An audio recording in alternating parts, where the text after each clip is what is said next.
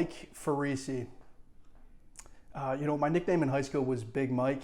I was about a foot taller than everybody else and about half a foot wider than everybody. So Big Mike was, the name that stuck. To be honest, coming from the brokerage industry and having experience in other types of sales, this seemed like a great fit for me. Just having a background in logistics and knowing, what trucking companies and carriers are looking for in terms of their parking space and, different ways we can help them out in terms of their dedicated runs and where they're ending up, and if we can help them out, with layovers and stuff like that. I thought it would be a good fit for me, using all different types of my sales experience to, kind of make this company even better. To be honest with you, it's the day-to-day. Nothing's stale. Everything is always different. I love the fast-paced action of sales. Sitting at a desk and doing the same thing every day, all day, just doesn't work for me. So, being able to think on my toes and problem solve on a day-to-day basis is what I love about it. I would have to say my favorite yard that we have currently is down in Memphis, Tennessee.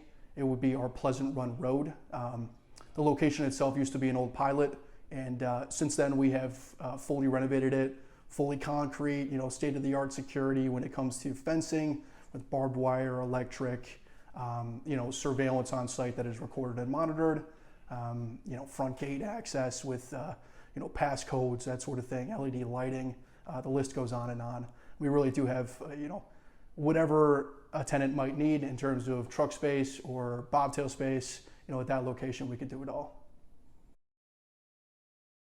I would have to say so far, was working with a local company here, helping to provide, the right location for them. We went through a couple different spots, a couple different things weren't really sticking or weren't working for them. So we were able to help accommodate with what they needed. In particular, they needed help finding space for their cross-docking operation, transloading from full trucks into smaller, straight trucks and cargo vans, that sort of thing. So we helped them, find the right location.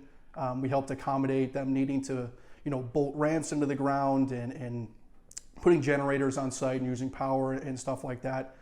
We were really able to, make it work for them and have it as accommodable as possible. So haven't been too many since I came on here at Freight Ninja. I will say there was a company out of town. It was an intermodal company that we wanted to help out with our container storage. We had to deal with them. We were going to start about a month after we opened up to ensure that we had all of our renovations completed in terms of security and surveillance and stuff like that. Something came up where they needed it about a month early. So we did everything we could to help accommodate that and to get them in there. Unfortunately, about a week into their stay with us, there was a bit of an issue. So their customer, unfortunately didn't want them to continue parking with us for the time being. At this point, we have finished with those renovations and, we are a state-of-the-art facility at that location in particular. At this point, I don't think of it as much of a bad story or a bad instance. It's more of a learning experience and how to grow from there. But I think, in my opinion, we'll be able to salvage this situation with them. I do love food. I would have to say probably ribs. I do love a nice rack of baby back ribs. That's a great question. I'll pick a place I've never been and I've always wanted to go. Would be Australia. Probably to like Sydney, go rent an RV, go through the outback. I think would be quite a trip. That's a tough question. I would have to say Bob Marley. Having dinner and talking about his music and stuff like that, I think would be a pretty cool experience. I'm sure if I had more time, I'd come up with a better answer.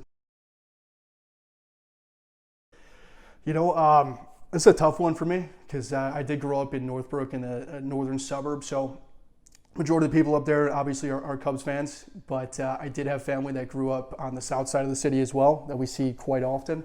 So I would say I am a Cubs fan, but I do like getting out to Sox games and watching them, and being able to experience that too.